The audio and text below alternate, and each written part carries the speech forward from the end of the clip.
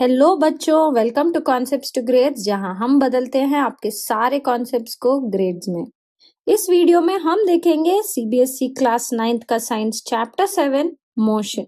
इस वीडियो में हम पढ़ेंगे motion in a straight line, uniform non uniform motion में क्या फर्क है, मोशन जब rate of change of motion, motion को ग्राफिकल रिप्रेजेंटेशन कैसे दिया जाए, इक्वेशंस ऑफ मोशन और यूनिफॉर्म सर्कुलर मोशन। इस चैप्टर का वेटेज आपके एसए 2 में 6 से 8 मार्क के बीच में है, और अगर आप ये चैप्टर नहीं समझोगे तो आगे के 3 चैप्टर भी नहीं समझोगे, तो ध्यान से पढ़िए एंड तक। चलिए शुरू करते हैं जान के मोशन क्या है। जब भी कोई ऑब्जेक्ट मूव हो रहा है तब उसे हम मोशन कहते हैं, और ये तो सामान्य डेफिनेशन है। साइंस के हिसाब से जब भी किसी ऑब्जेक्ट का पोजीशन टाइम से बदलता है तब हम उसे मोशन में है कहते हैं। जैसे यहाँ पे एक साइक्लिस्ट सुबह के 7 बजे हिल के ऊपर था, 7:05 AM पे हिल के बीच में और 7:07 AM पे हिल के नीचे, मतलब साइक्लिस्ट मोशन में था। चलिए समझते हैं कुछ टर्म्स जिनसे मोशन जुड़ा हुआ है। शुरुआत करते हैं डिस्टेंस और डिस्प्लेसमेंट से। मान लीजिए कि एक स्ट्रीट है जहां 3 दोस्त एक साथ रहते हैं in the houses A, B and C, और आप है कार में जो है एट O, जिसे हम रेफरेंस पॉइंट भी कहते हैं। आप अपने दोस्तों के घर जाना चाहते हैं जो इस डिस्टेंसेस पे है O से काउंट करते हुए, और आपका ज्यादा खास दोस्त A है, तो आप पहले A से मिलना चाहते हैं, फिर B से, फिर C से। जब आप ऐसे ट्रैवल करोगे कि पहले आप A के घर गए, फिर B के घर गए और C के घर गए, तो आपका डिस्टेंस ट्रैवल यानी टोटल पाथ लेंथ हो जाता है O to A, फिर A to B plus B to C, और जो मैथमेटिकली जिसको हम लिख सकते हैं 20 + 10 + 4 किलोमीटर्स, विच इज 34 किलोमीटर्स। ये है आपका टोटल डिस्टेंस ट्रैवल्ड। पर डिस्प्लेसमेंट क्या है? डिस्प्लेसमेंट यानी शॉर्टेस्ट डिस्टेंस ट्रैवल। आप शुरुआत में कहाँ थे और लास्ट में कहाँ हैं?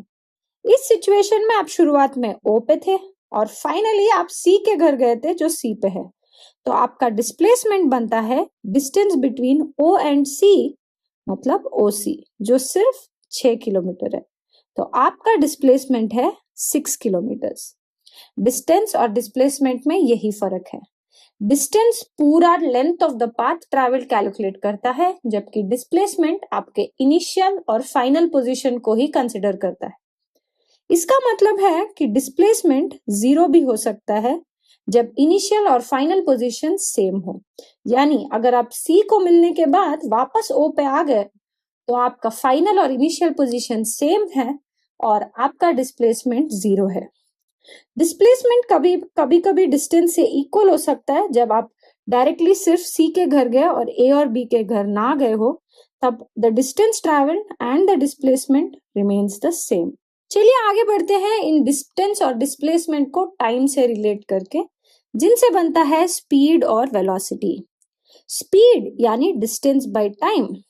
एग्जाम्पल, अगर एक गाड़ी जो स्ट्रेट लाइन पे जा रहा है और वो एक 20 मीटर्स का डिस्टेंस 2 सेकेंड में कंप्लीट करता है, तो speed of the car is 20/2 metres per second. अगर हम लोग डिफरेंट डिस्टेंसेस ट्रैवल कर रहे हैं डिफरेंट इंटरवल्स ऑफ टाइम में, तब हम एवरेज स्पीड निकालते हैं, जिसका मतलब है total distance travelled by total time taken. तो अगर ये गाड़ी मान लीजिए आगे जाके यू टर्न लेता है और वापस उसी पॉइंट पे आता है, तब the distance travelled by the car will be 20 metres आगे, फिर वापस 20 मीटर्स पीछे, टोटल 40 मीटर्स, और ये सब करने का लेट्स से 5 सेकेंड लगता है, तो एवरेज स्पीड बनता है 40/5 which is 8 metres per second. तो अगर ये स्पीड था तो वेलोसिटी क्या है? वेलोसिटी मतलब displacement by time. First case में जब ऑब्जेक्ट हैज ट्रैवल्ड 20 मीटर्स एक पॉइंट से दूसरा, उसका डिस्प्लेसमेंट भी 20 मीटर्स है, टाइम टेकन 2 सेकेंड है, तो velocity is again 10 metres per second. Velocity एक एक्स्ट्रा चीज को कंसिडर करता है जो स्पीड नहीं करता, वो है डायरेक्शन ऑफ मोशन। अगर आप स्पीड के साथ डायरेक्शन जोड़ देंगे तो वो वेलोसिटी बनता है। आगे देखते हैं कैसे ये इफेक्ट होता है। एवरेज वेलोसिटी मतलब initial velocity plus final velocity bye 2 या फिर total displacement by total time taken. यहाँ पे गाड़ी का इनिशियल वेलोसिटी था 20/2 which is 10 metres per second, पर रिटर्न जर्नी में फाइनल वेलोसिटी था -20/2 क्योंकि गाड़ी का डायरेक्शन रिवर्स था। तो हमें डायरेक्शन को कंसिडर करना चाहिए जब हम वेलोसिटी कैलकुलेट कर रहे। तो फाइनल वेलोसिटी है -10 मीटर्स पर सेकेंड। तो average velocity of the car is 20 - 20/2 which is equal to 0 metres per second. चलिए एक एग्जाम्पल सॉल्व करते हैं ताकि ये और अच्छे से समझ में आ जाए। Ram travels 2 kilometers to the market by walk to get groceries. This takes him 30 minutes. Seeing that market is closed, he returns home in an auto along the same path, which brings him home in 2 minutes. Calculate the average speed and average velocity of Ram. तो Ram market गए 30 minutes में, फिर वापस आ गए क्योंकि market बंद था, पर रिटर्न में वो ऑटो लेके आए तो उन्हें सिर्फ 2 मिनट लगा। तो हम एवरेज स्पीड और एवरेज वेलोसिटी कैसे निकालेंगे? एवरेज स्पीड होता है total distance by total time. तो द डिस्टेंस ट्रैवल यहाँ पे इज 2 किलोमीटर जाने में, 2 किलोमीटर आने में, जो 4 किलोमीटर मतलब 4000 मीटर्स। टाइम टेकन 30 मिनट जाने में और 2 मिनट वापस आने में, सो टोटल 32 मिनट्स और into 60 seconds which is 1920 seconds. Average speed क्या है फिर? 4000 बाय 1920 मतलब 2.083 मीटर्स पर सेकेंड। ये है एवरेज स्पीड। एवरेज वेलोसिटी क्या है? Total displacement by total time taken. हम इसे दो तरीके से देख सकते हैं, या तो जाने में 2 किलोमीटर फिर वापस आने में डायरेक्शन बदल गया तो -2 किलोमीटर मतलब 0 किलोमीटर, या आप सोच सकते हैं कि मेरा इनिशियल और फाइनल पोजीशन दोनों घर है। अगर राम के इनिशियल और फाइनल पोजीशन दोनों घर है, दोनों सेम है, इसका मतलब डिस्प्लेसमेंट 0 है। तो टाइम टेकन वही 32 मिनट्स विच इज 1920 सेकेंड्स। तो average velocity will be 0 by 1920 यानी 0 मीटर्स पर सेकेंड। तो ये है क्लियर डिफरेंस स्पीड और वेलोसिटी के बीच में। चलिए देखते हैं uniform and non uniform motion. Uniform motion मतलब एक ऑब्जेक्ट जो सेम डिस्टेंस कवर करता है same number of time intervals में। एग्जाम्पल देखते हैं। एक स्ट्रेट रोड पे एक बस जा रहा है जो पहले 5 मिनट में 20 मीटर कवर करता है, दूसरे 5 मिनट में 20 मीटर कवर करता है, नेक्स्ट 5 मिनट में और 20 मीटर कवर करता है। मतलब उसका स्पीड या वेलोसिटी कांस्टेंट है, कुछ भी चेंज नहीं है स्पीड और वेलोसिटी में। Equal distances equal intervals of time में कवर करता है, उसे हम यूनिफॉर्म मोशन कहते हैं। नॉन यूनिफॉर्म मोशन वो है जब ऑब्जेक्ट अनइक्वल डिस्टेंस कवर करता है इक्वल इंटरवल्स ऑफ टाइम में। यानी सेम बस अगर पहले 5 मिनट में 10 मीटर कवर करे, फिर दूसरे 5 मिनट में 30 मीटर कवर करे और अगले 5 मिनट में 20 मीटर्स कवर करे, तब उसे नॉन यूनिफॉर्म मोशन कहते हैं। हमारे डेली लाइफ में यूनिफॉर्म मोशन ज्यादा कॉमन है क्योंकि पहले हम गाड़ी को स्टार्ट करते हैं तब धीरे कवर होता है, फिर हम लोग तेज चला सकते हैं, फिर स्लो डाउन करना पड़ता है, तो स्पीड बदलता रहता है, इसीलिए वो नॉन यूनिफॉर्म मोशन है। तो यहाँ पे स्पीड कांस्टेंट नहीं है, चेंज होता रहता है। तो अगर ये स्पीड या वेलोसिटी चेंज हो रहा है टाइम से, तब हम उसे एक्सिलरेशन कहते हैं। एक्सिलरेशन यानी change in velocity with respect to time. तो अगर हम पिछला एग्जाम्पल लेंगे नॉन यूनिफॉर्म मोशन का, जहां पे गाड़ी डिफरेंट डिस्टेंसेस कवर कर रहा था हर 5 मिनट में, यहाँ पे acceleration is given bye final velocity minus initial velocity by time taken. तो फाइनल वेलोसिटी था 20 मीटर्स जिसको उसने 5 मिनट में कवर किया विच इज 4 मीटर्स पर मिनट, और इनिशियल वेलोसिटी जो उसने 10 मीटर्स कवर किया 5 मिनट में, तब उसका इनिशियल वेलोसिटी था 2 मीटर्स पर मिनट, और total time of this travel is 15 minutes. तो एक्सिलरेशन है 4 - 2 by 15 विच इज 2 by 15 यानी 0.133 मीटर्स पर मिनट स्क्वायर। एक्सिलरेशन मतलब final velocity minus initial velocity by time taken. एक एग्जाम्पल सॉल्व करते हैं ताकि हम एक्सेलरेशन को और अच्छी तरीके से समझ सके। If a train attains a velocity of 20 meters per second from initial velocity of 10 meters per second in 10 seconds, later slows down to 10 meters per second in the next 5 seconds, calculate the acceleration in both cases. तो train ने यहाँ क्या किया, initial velocity 0 से लेके 20 metre पर second पर गया 10 सेकंड में, फिर बाद में 20 मीटर पर सेकंड से 10 मीटर पर सेकंड में आ गया नेक्स्ट 5 सेकंड में।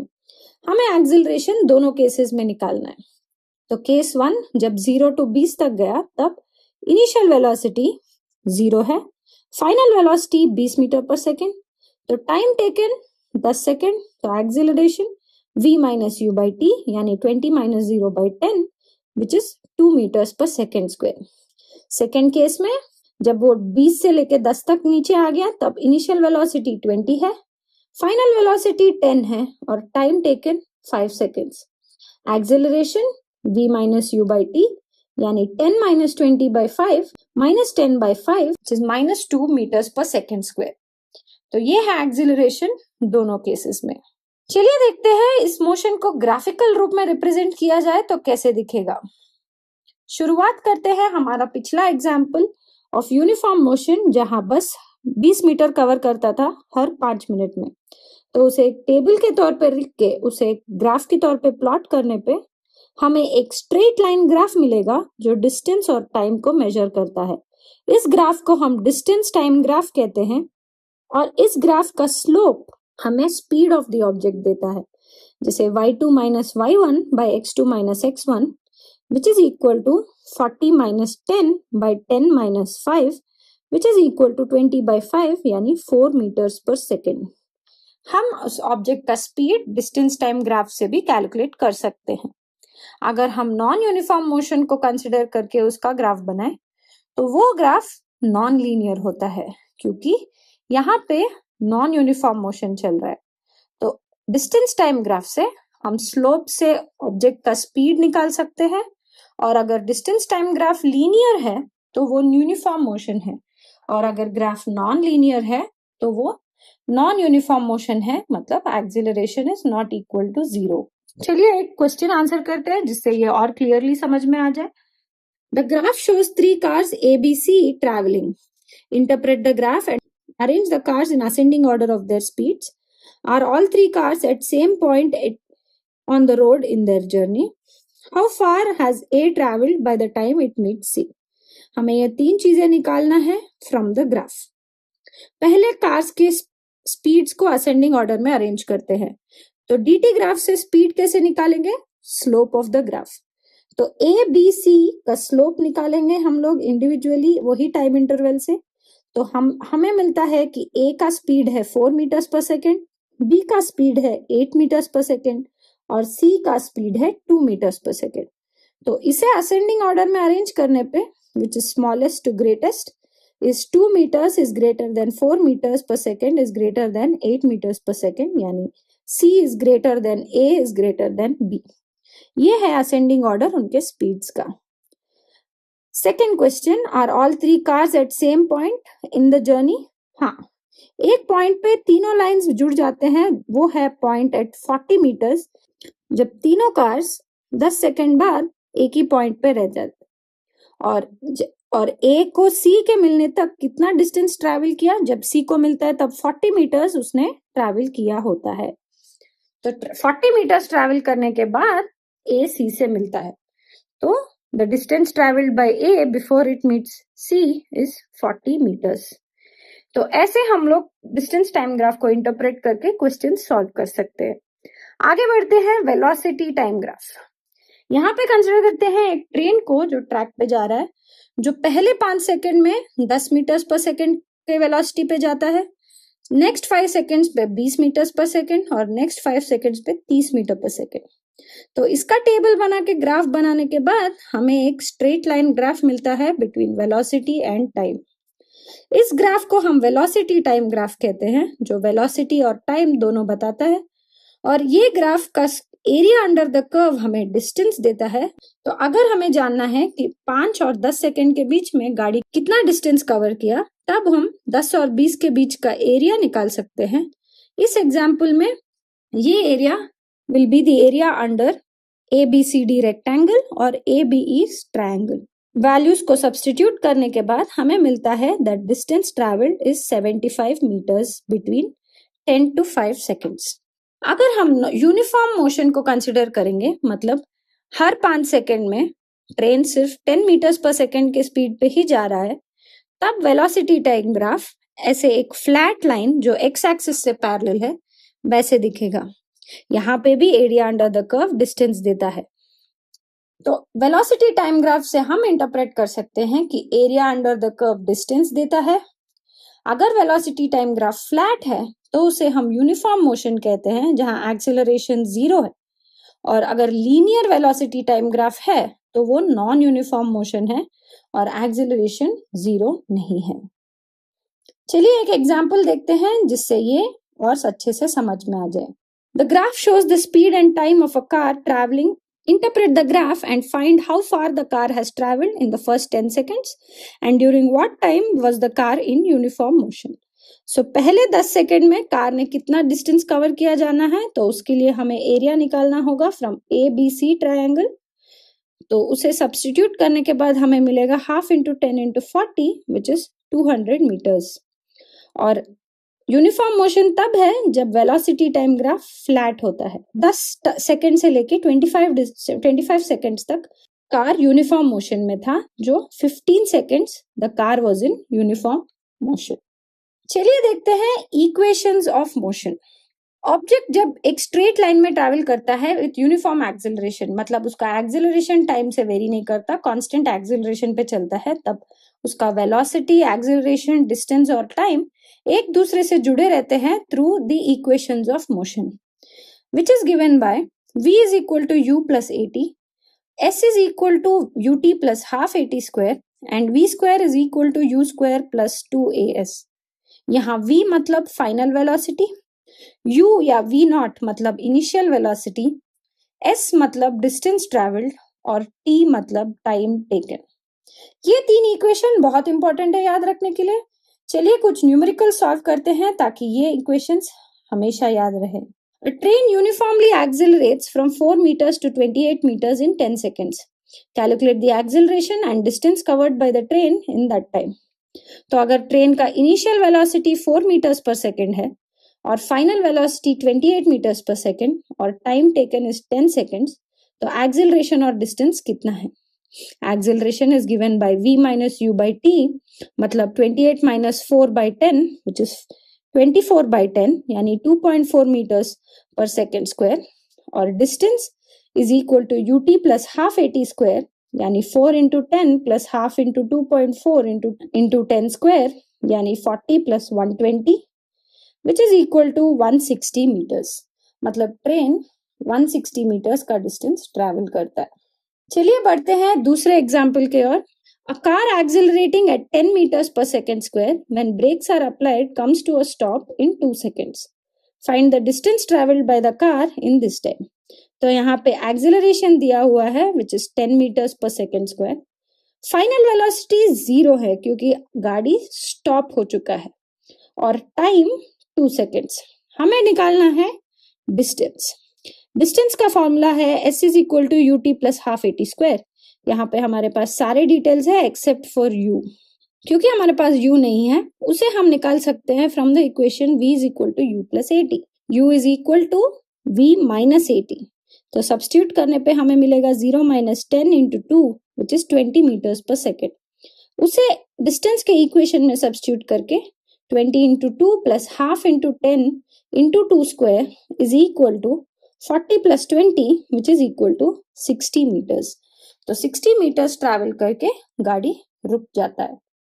Next question. A ball is dropped from a height of 45 meters and its velocity increases uniformly at a rate of 10 meters per second square. After what time will it strike the ground with what velocity? तो मान लीजिए एक building है जो 45 metres का length है और उसके ऊपर से एक बॉल को ड्रॉप कर दिया गया है। तो इस सिचुएशन में इनिशियल वेलोसिटी, क्योंकि बॉल रेस्ट पे था, 0 है, और एक्सेलरेशन क्वेश्चन में दिया हुआ है 10 मीटर्स पर सेकेंड स्क्वायर। तो डिस्टेंस ट्रेवल क्या है?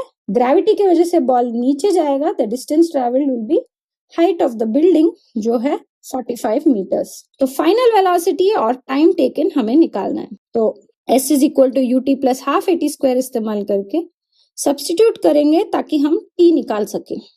तो 45 is equal to 0 into t plus half into 10 into t square, यानी 45 is equal to 5t square, where t square is equal to 9 और t is equal to 3 seconds. So the ball नीचे आता है 3 second में और उसका final velocity होगा u plus a t, मतलब 0 प्लस 10 इंटू 3 यानी 30 मीटर्स पर सेकेंड। ऐसे सॉल्व करेंगे हम लोग सिस्टम ऑफ इक्वेशंस को। तो हर इक्वेशन को इंटरचेंज करते हुए उसे यूज करना है। चलिए देखते हैं यूनिफॉर्म सर्कुलर मोशन। तो एक्सेलरेशन हम कब मानते हैं? जब ऑब्जेक्ट अपना वेलोसिटी टाइम के साथ बदलता रहता है, और ये चेंज इन वेलोसिटी दो तरीके से हो सकता है, या तो मैग्नीट्यूड बदल सकता है या डायरेक्शन बदल सकता है। तो जब ऑब्जेक्ट सर्कुलर मोशन में होता है, मैग्नीट्यूड ऑफ वेलोसिटी हमेशा कांस्टेंट रहता है और उसका डायरेक्शन बदलता रहता है हर इंस्टेंस पे। मान लीजिए एक चीटी सर्कल में चल रहा है, अगर आप नोट करेंगे तो देखेंगे कि हर इंस्टेंट ऑफ टाइम उसका डायरेक्शन बदलता है पर स्पीड सेम रहता है, यानी मैग्नीट्यूड ऑफ वेलोसिटी जिसे हम स्पीड भी कह सकते हैं वो कांस्टेंट रहता है, and that is given by v is equal to 2 pi r into t। ये 2 pi r is the distance of the circle the object travels divided by the time taken। तो चलिए एक एग्जांपल सॉल्व करते हैं इसे समझने के लिए। Boy spins a stone using the string of length 14 meters. The stone spins uniform circular motion for 5 seconds before it falls off. What is the speed of the stone during uniform circular motion? तो अगर आप रस्सी को पत्थर पे बांध के उसे घुमाएंगे तब वो पत्थर एक सर्कुलर मोशन में ट्रैवल करेगा, और वो सर्कल जो उस पर ट्रैवल कर रहा है उसका रेडियस होगा लेंथ ऑफ द स्ट्रिंग। तो length of the string used यहाँ पे है 14 मीटर्स। तो स्पीड होगा 2 pi r by t, मतलब 2 into 22/7 into 14 divided by 5। 2 into 22/2 divided by 5 मतलब यानी कि 88 divided by 5 which is 17.6 metres per second. ये है स्पीड ऑब्जेक्ट का। आई रिक्वेस्ट यू कि आप, क्योंकि आपने सारे कॉन्सेप्ट समझे हैं, सारे एक्सरसाइज और एग्जाम्पल क्वेश्चंस प्रैक्टिस करें। कहीं पे भी डाउट हो उसे कमेंट करें और मैं आपको सॉल्यूशन दूंगी। इसे अभी वीडियो देखने के बाद करेंगे तो ज्यादा बेटरली कर पाएंगे। तो इस वीडियो में हमने देखा सीबीएसई क्लास 9th का साइंस चैप्टर 7 मोशन, जिसमें हमें motion in straight line, uniform motion, rate of change of motion, graphical representation, equations of motion और यूनिफॉर्म सर्कुलर मोशन कवर किया है। रिक्वेस्ट यू अगेन कि आप एनसीईआरटी के एक्सरसाइज और एग्जाम्पल सम्स जरूर प्रैक्टिस करें। कहीं पे भी दिक्कत हो कमेंट करें, मैं आपको सॉल्यूशन दूंगी। चैनल को सब्सक्राइब करें ताकि आप और वीडियोस देख सकें, और इस वीडियो से अगर आपको मदद मिला हो तो जरूर लाइक कीजिएगा।